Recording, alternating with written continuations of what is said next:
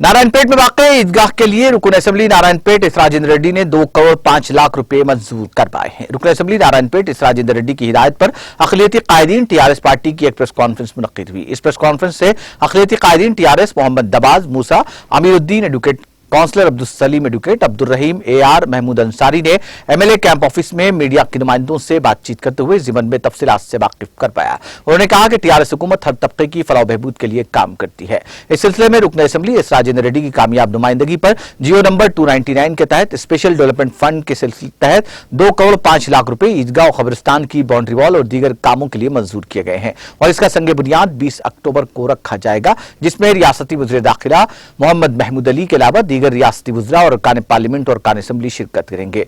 नारायणपेट के मुस्लिम कायदीन ने ईदगाह के फंड मंजूर करवाने पर रुकन असेंबली से इजहार तशक्कुर किया।